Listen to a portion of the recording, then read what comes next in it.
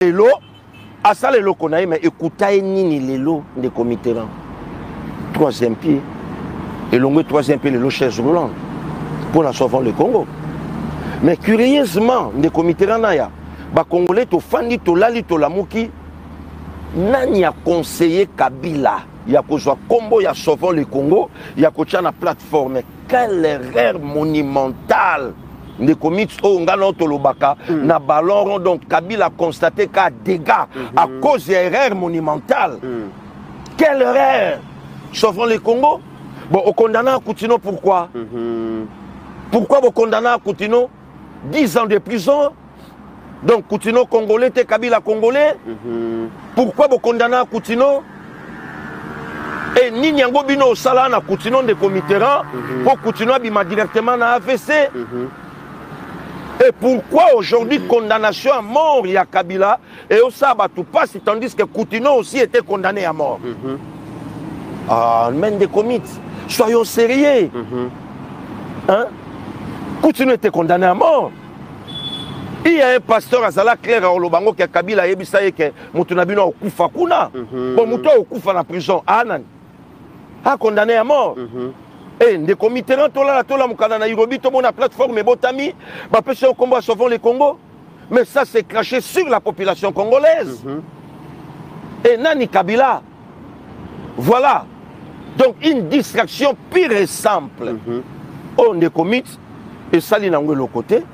Bah Congolais c'est Congolais bah yambi côté. Au contraire, ce qui s'est passé aux États-Unis, une bénéfice des comités pour la République démocratique du Congo, côté Kamboka na ba partenaire, Yakoye Bissabango, pourquoi aujourd'hui le gouvernement et Maman Judith Souminois, Toulouka, et aussi la campagne d'évangélisation. Campagne Yako vendre le Congo dans les bons. Et ça là, il y a Batou, Bateka y Congo, mais Baoteka Oya Congo, na bénéfice na Bango Moko. Na bénéfice na Bango Moko de comités. Donc, makambu nyonso oyo ngakozala lipamboli ya biso ba congolais bato bakamba biso pendant 18 ans ba boyi balobi NON ba congolais ba ko bénéficier na mboka na bango te bazai lokote. Donc oyo nyonso Congo azanango ba bénéficiaire nango za biso. Yango moni de comité na Congo azangi ferme. Congo azangi plantation mais bato bakambi Congo ba na ba ferme ba na ba plantation. Bakenda côté kango place. Mais Congo Zangi aye. Congo Zangi cimetière, il y a peuple. Oyo bakokunda congolais pas na moyen rien. Mais bateau baseli Congo batongi ba cimetière na bango et ba affamé biso po bakunda biso cher et pas na bango. Armée et Zangi cimetière. Et c'est pour cela que le président Tshisekedi Tangwaye a mandaté lieutenant Naye Abikendo te ya Congo. Accueilli a présenté Congo Biboya. D'ailleurs, Bobo Sanate, biso tona mabele moka danger. Ne komiti biso même na cimetière bite écoute ko botaka. Na cimetière place Bakundi Mutu. Tala Ndunda, Tala Matembele. Tala Épinard. Tu n'as pas l'idée. Ne komiti biso même na bakanivo ya Kinshasa. Nzombo abima na Lingwala awa tomona toyoka. Nzombo na terrasse. Nzombo abimi. Mbisi. Bakangi epebou. Allez. Azo Moussaka. On comprend des comités. Donc, c'est pour cela que Maman Judith Akendeki a été Congo et ce qui est vrai. Ce qui est vrai. Dans Nairobi, dans les États-Unis, Batoubaïbe, c'est Victor et Outi. Très bien. Donc, États-Unis. Pasteur Guili, on a ligné un peu parce que souvent le Congo, la moni Batubele. Bazui défense, il y a pasteur Koutino Fernando, balobé dans les plagiats ou bakabiliste basali. Mais pour qu'on biso balobé le peuple, toi ma casse n'archive, pour qu'on revivre un peu congolais makambole kaka. Tolanda dernier message il y a pasteur Koutino Fernando avant verdict il y a juge avant que ba condamné tout canon makambo oya lobaka comme ça tous voient contexte nini à l'obélara sauvant le Congo. Je savais qu'aujourd'hui c'était mon jour. Je voulais le dire avec la Bible en main. Ça fait plus de 2 ans que je n'ai pas parlé avec un micro. J'ai passé toute ma vie en train de prêcher la Bible avec le micro. Et quand j'ai tenu cette Bible, je parlais de la vérité. Je défendais la vérité. J'ai condamné le mensonge. Je vais dire à la cour ceci. Ne croyez pas que c'est par hasard que vous êtes là. Si l'hiérarchie vous a choisi, c'est Dieu qui a permis, à travers l'hiérarchie, de vous choisir. Votre décision, ça serait resté gravé dans l'histoire de ce pays. Et ce procès, c'est un procès test, un procès symbole de la machine judiciaire de notre pays. Il y a eu un homme au nom de Pilate qui ne connaissait pas Dieu, mais qui il avait comme prévenu un innocent, Jésus. Quand il a regardé que cet homme était innocent, il a dit, je n'ai pas droit d'avoir sur mes mains le sang d'un innocent. Je ne peux pas condamner un innocent. Et il en a acquitté. Je pense, je crois ce que vous pourriez faire pour mon cas. Comment? Tout ce qu'on a entendu ici, ce n'était que des faussetés. Je vais prendre un exemple. Mabosso. Mabosso, un dimanche, à 9 h, Mabosso vient à l'église Armée de Victoire où il y a plus de 5000 personnes. Maître Billet a dit, à 9 h, pendant la prière, où il y a plus de 5000 personnes à 9 h du matin, j'ai vu un monsieur en tenue, policier d'Angola. J'arrête le culte. Je dis, aujourd'hui je ne prêche pas. Entre dans mon bureau. Et mon bureau, qui aujourd'hui d'ailleurs, la partie civile occupe ce bureau, le docteur Ngalassi, et je crois que... Sœur Gili, l'histoire est têtue. Les Kamouya souvent, les Congo Oyo. Tu as dit que Bitumbana Bissona Rwandais Banda Banda Kala.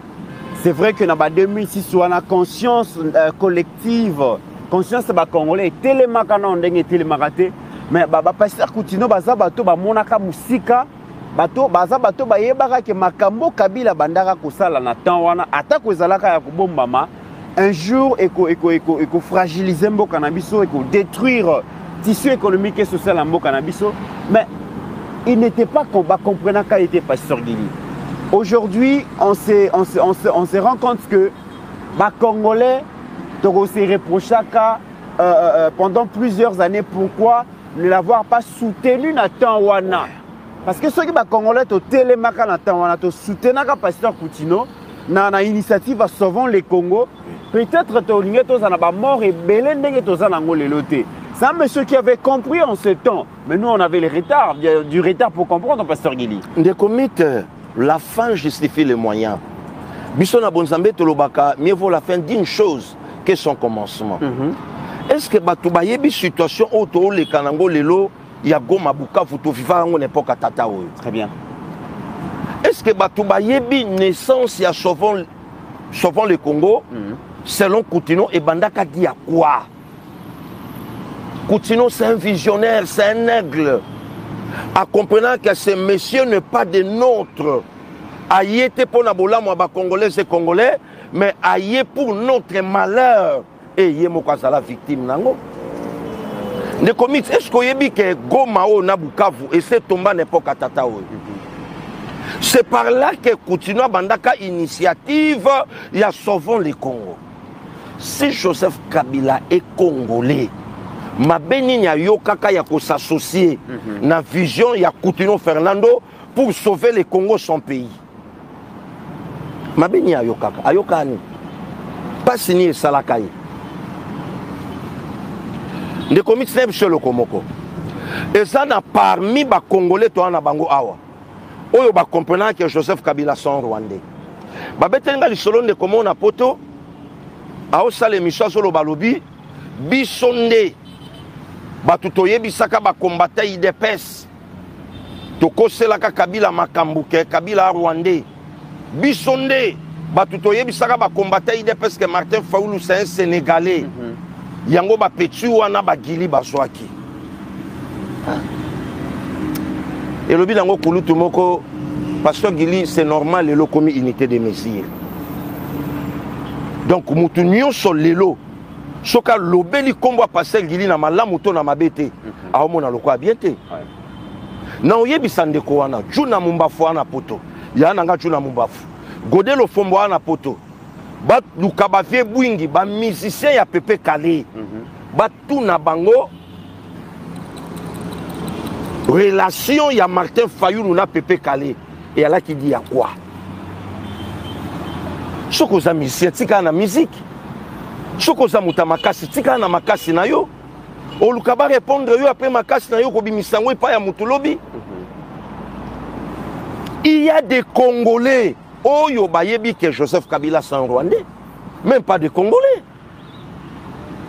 Bamindele balobango, on est allé chercher un jeune homme de la nationalité rwandaise, de quel motif?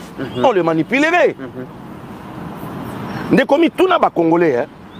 Combien de Congolais bayebi que Pepe Kalabotama na papa sénégalais? Ebele bayebi te? Ebele bayebi yango te? Ebele bayebi makambo yo te? Abotamia wa Kolia wa Kabasele wa Bamulanga, Pepe Kale, tout ça, Bonaboedine, Mère Kassaen, avant Bakunda Pepe Kale, délégation patriarcat Naïba Outa Sénégal Bayaka, et tout ça, Makambo, dans le Babata 1998, Bazong ici, de Bayebi, de quoi je parle. Continuons à parmi les visionnaires et à comprendre que Kabila c'est un Rwandais. Géo et Bandina Est, il y a la République démocratique du Congo, c'est ce monsieur. À l'époque, Kabila a 35 ans. Les comités. Rwanda a 3 axes. Oyazoluka a frappé l'ango Congo, même à axe Moko. Premier axe au Rwanda nango. Rwanda a zolinga a pesa batusi mabele. Donc ba élargir mabele. Yango yoka Kagame de comité ya Kagame alobaka lobi na na place au Bundana Congo na Rwanda te pour na un espace te na Bundana Congo na Congo. OK. Po endelo bake Congo muta un espace o ngana na ngote. Wana premier point oyo Rwanda o luka. Donc Rwanda a besoin ya tort na biso pour appeler ça un empire matusi. Yoka na s'expliquer des comités. Yango zomona esika nyonso problème à Congo na Rwanda ça batusi basali. Na betelo lisolo. Souvent les Congolais sabi na Nairobi bisi makaragenda osali. Tous. Deuxième axe au Rwanda nango. Aoluka azongisa Kabila na pouvoir na République démocratique du Congo comme Congolais. Et qu'on facilite bango dans beaucoup de choses. Yango moni Congolais mokota kozwa le devant sur Kabila. Et yango yoki même na Kenya, babimisi Kabila candidat président de la République na 2028 na plateforme na bango ya Sauvons le Congo. Troisième axe de comité au Rwanda nango de pousser des Congolais de renverser Tshisekedi au profit du Rwanda. C'est ça. Or, continuons à Monaka et Lokoyo à comprendre. Kabila est un malin, est un Rwandais. Abi, na subasmate ya okanga kutino. Aibite, afingite, abomite. Na sani. Na leka et pas ya frère na ye. Ya des comités. Lelo eza nango na makambu ya obomba te. Ba yuda balukaka jida po apia bango Jésus. Ba yeba yi question to ke to kangiemba moke osimbate. Comme ça to luka muto azalaka na ye na nzela na enda pesa biso. Même scénario salamaka na passé kutino na mboko. O ayebi yango te nani. Baluki frère na ye. Posez la question même na frère na ye. Tozwa image que esika kutino alaki na église. Abana ko foutela. Est-ce que yo peka mutu fo sombango? Hein? Les comités là. Yo peka mutu fo sombango. Mais pourquoi Bible auto simba kababi rechercher la paix avec tous? rechercher la paix avec tous. Si vous avez yo ba côté que la yo et que ndekona oko sombangote oluka ipena ye. C'est par là qu'il y a ce quota. Très bien. C'est par là qu'il y a ce lekana. Continue à avoir un problème, na katia bergerie, na katia ba frère na ye. Or, nous sommes allés dans le mascara. Le vrai problème à Koutino, Kabila comment qu'il lésé. Natana ke mutoyo ako dévoilenga, ako bimisanga, ako refesenga, ako sopanga. Kande tolobaka. Ba Congolais ba opamuka kena Rwandais. Ndenge kandi ko Mitterrand ototu na ngana question, to s'associer ka pété na vision à Koutino. To s'associer à te? Comme je suis de l'armée de victoire. Tout le monde interprète à Koutino, papa Timothée, mon père, que je salue, il y a maman Bijou, à Hollande, Bisso, tout naïe. À ça, la 5 ans, na makala problème. Il y a mon cas, le bar n'a habité. N'a aurait passé dimanche, n'a la tana qu'une église, va suivre parquet makala. 5 ans. Bon, Koutino, bakanga gagne na arme. Timothée, mon père, a kena makala pour l'année. Donc voilà. Et c'est aujourd'hui, des Mitterrand, nous devons comprendre que vision au continent à la sauvant le Congo était vrai. Parce que Pasteur Guili, il faut rappeler que sauvant le Congo, Pasteur continue à jouer un contexte où belligérant après dialogue à San City, Basali 1+4, mais malgré tout, l'intégrité territoriale RDC qui menacée, la souveraineté qui menacée, les Congolais qui miaté. Il y avait vraiment des bruits de bottes un peu partout dans la province. Et c'est dans ces contextes que le pasteur Koutino a lancé une opération Sauvons le Congo. Quand on a lancé Sauvons le Congo, il y a un slogan, une campagne de sensibilisation, il y a prise de conscience, il y a éveil de conscience à les Congolais. Et il a constitué une menace pour le régime de Joseph Kabila.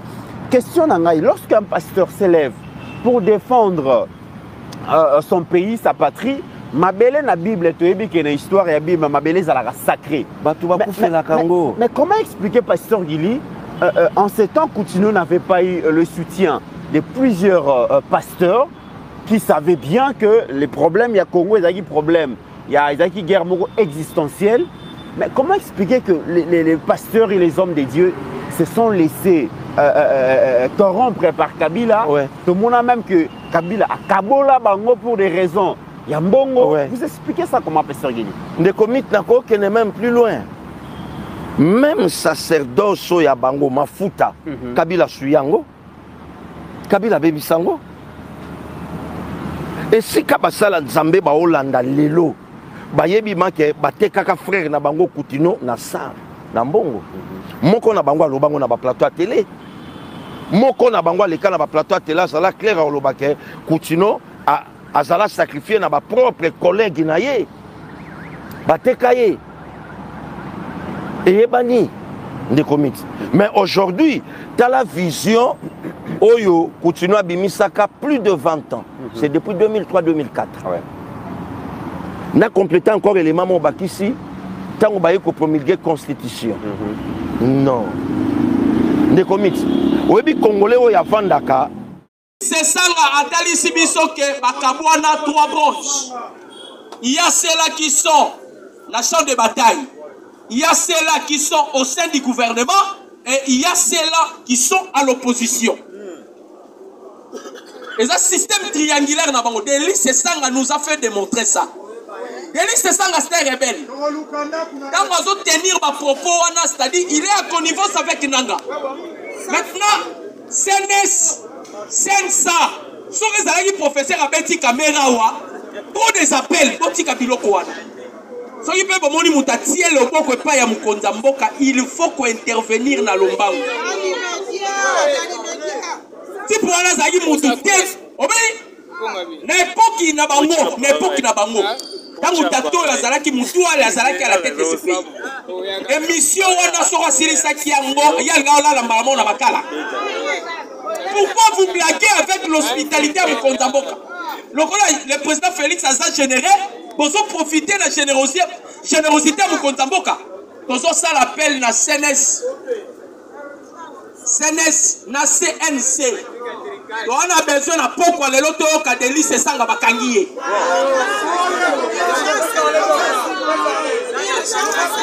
Le parlementaire debout. Fatih Toua. Comme était la présidente de la République Mapoko. Peuple congolais. Le président Tshisekedi a sa bombe atomique. C'est un animal politique. À Salaki discours. Conséquence, il y a discours. Lobby Paul Kagame, il a jeté l'éponge. Conséquence, il y a discours. Nanga Aleli.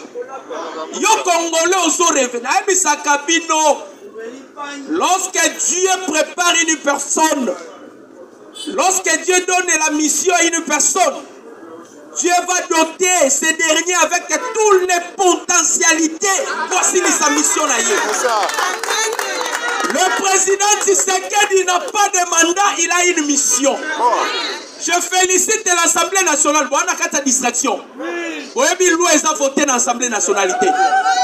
Pas député, ma constitution, motion, ils ont la carte qu'on s'est traité. On a suspendu la constitution. Ma personne Tshisekedi mandat indéterminé. La distraction. UDP, c'est vivant. Boyo keloko balobi. Balobi boye. Tozo suspendre la constitution. Tozo pesa chef de l'État mandat indéterminé na ndenge nini. Toko banda kolandela eti ya kosilisa que pendant que toza na guerre, on ne peut pas parler du mandat, on ne peut pas parler de la constitution. Ekotaki déjà kuna, ekotaki basala kati ya kotraité. C'est-à-dire soki ya silisike ndeba robenga chef de l'État siko guerre sili. Soit tokomi kotala soki toko changer constitution ou bien soki mukonza mboka ye moko lobi que non toko changer constitution mais ba mandat toko simba te comme ça nga inake et ko dépendre na mukonza mboka. Mais pour l'instant ba député nde ba lobby Tshisekedi makambo yo bandaki okosili sango lokola yo ndo bandi makambo kero ti okosili sayango. Oui, mais abandonner le mané bien avec un placement à BBC. Par le barasso quitté, tous ont changé de constitution.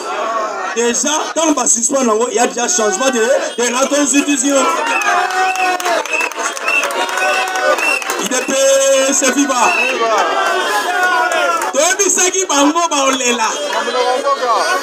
Je me souviens encore. IDP, c'est viva.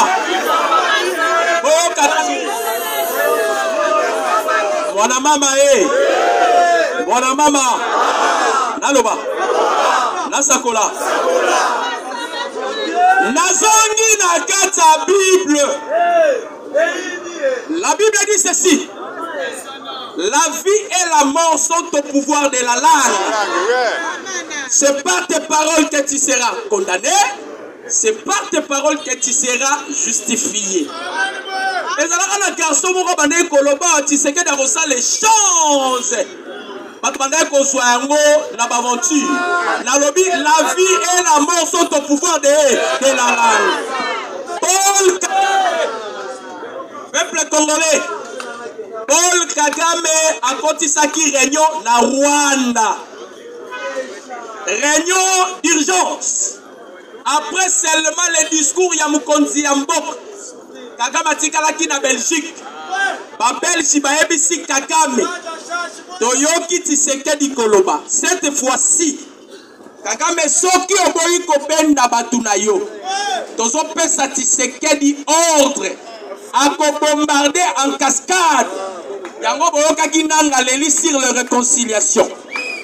Kagame lobby na compte Twitter ya Steve Mbike ya Steve Wembi. Kagame dit nous réaffirmons notre engagement pour le processus IAP. Lobby na compte Twitter. Réunion à compte boyoka makaboleki na réunion. Batu ba prendra qui part na réunion. To monaki Joseph Kabila. Donc Moni James Kabarebe a frappé par la colère de Dieu. Aza ndenga za ona za moribo. Ba mikolo komi ya kokonte. To monaki Kabila tomoni James Kabarebe, tomoni Soba en général Mouozi Momelibangi, Mona Moussefeni. C'est la toute première fois Nanga à prendre part face à face na Kagame. Nanga tigala komona Kagame te. Kagame traite avec Sulutani Makenga pour votre formation. Mais Salaki nde réunion salamaki dimanche na Rwanda ne nanga zo opportunité à komona Kagame. Voilà. Boyoka objectif ya réunion. Kagame abengi bango. Aebisi bango décret et de force nazo retiré ba troupe nanga. Oyo Kagame aebisi bango. Alobi nazo retiré ba troupe nanga. Décret et de force. Mais na pesi bino instruction pesi pa ya Makenga. Instruction pesi pa ya nanga. Bertrand bisi mozala kité. Nanga na Makenga pesi bango instruction. Boyoka instruction. Ndenge nazo retiré ba troupe nanga. Po fide tika laté. Pour former 10 000 militaires pour remplacer la RDF dans la zone où ils sont sous occupation. Instruction où il y a bango. Donc, Mikolo Zoya, Bandeko ya Bukavu ya koma bandokanga bango par force. Parce que Paul Kagame a commis la souka. Et donc, Ebomi Kagame ezali réduction ya effectif. Effectif militaire rwandais eza ya kokita. Ya ba IM23 eza ya kokita. Un jour, le chef de l'État a parlé avec son homologue, Vladimir Poutine. Poutine a dit ne cherche pas à combattre le Rwanda jusqu'à Kigali. Et Rosalamabe, ce que vous devez faire, Yovanda na Congo. Bangotangu bazoya yosalaka défensive. On a remarqué qu'on consigne les effectifs na bango. C'était les tactiques Oyo Vladimir Poutine a fait ça à Mkonzamboka. Devant Xi Jinping. Xi Jinping a dit que Tshisekedi. Alors, Mokilio et Pesa qu'à respecter. Tshisekedi, si tu veux le respect, impose-toi pour que le monde te respecte. Vous devez vous imposer. Ah, wanazoya bisabino kabila koma ki lobby na Nairobi. Lobby na Butu na Nairobi. Kabila asali appel na ba opposant nyonso. Atineli bango ba invitation. Gouvernement congolais. Opposant oya kobima kene Nairobi bokanga yete.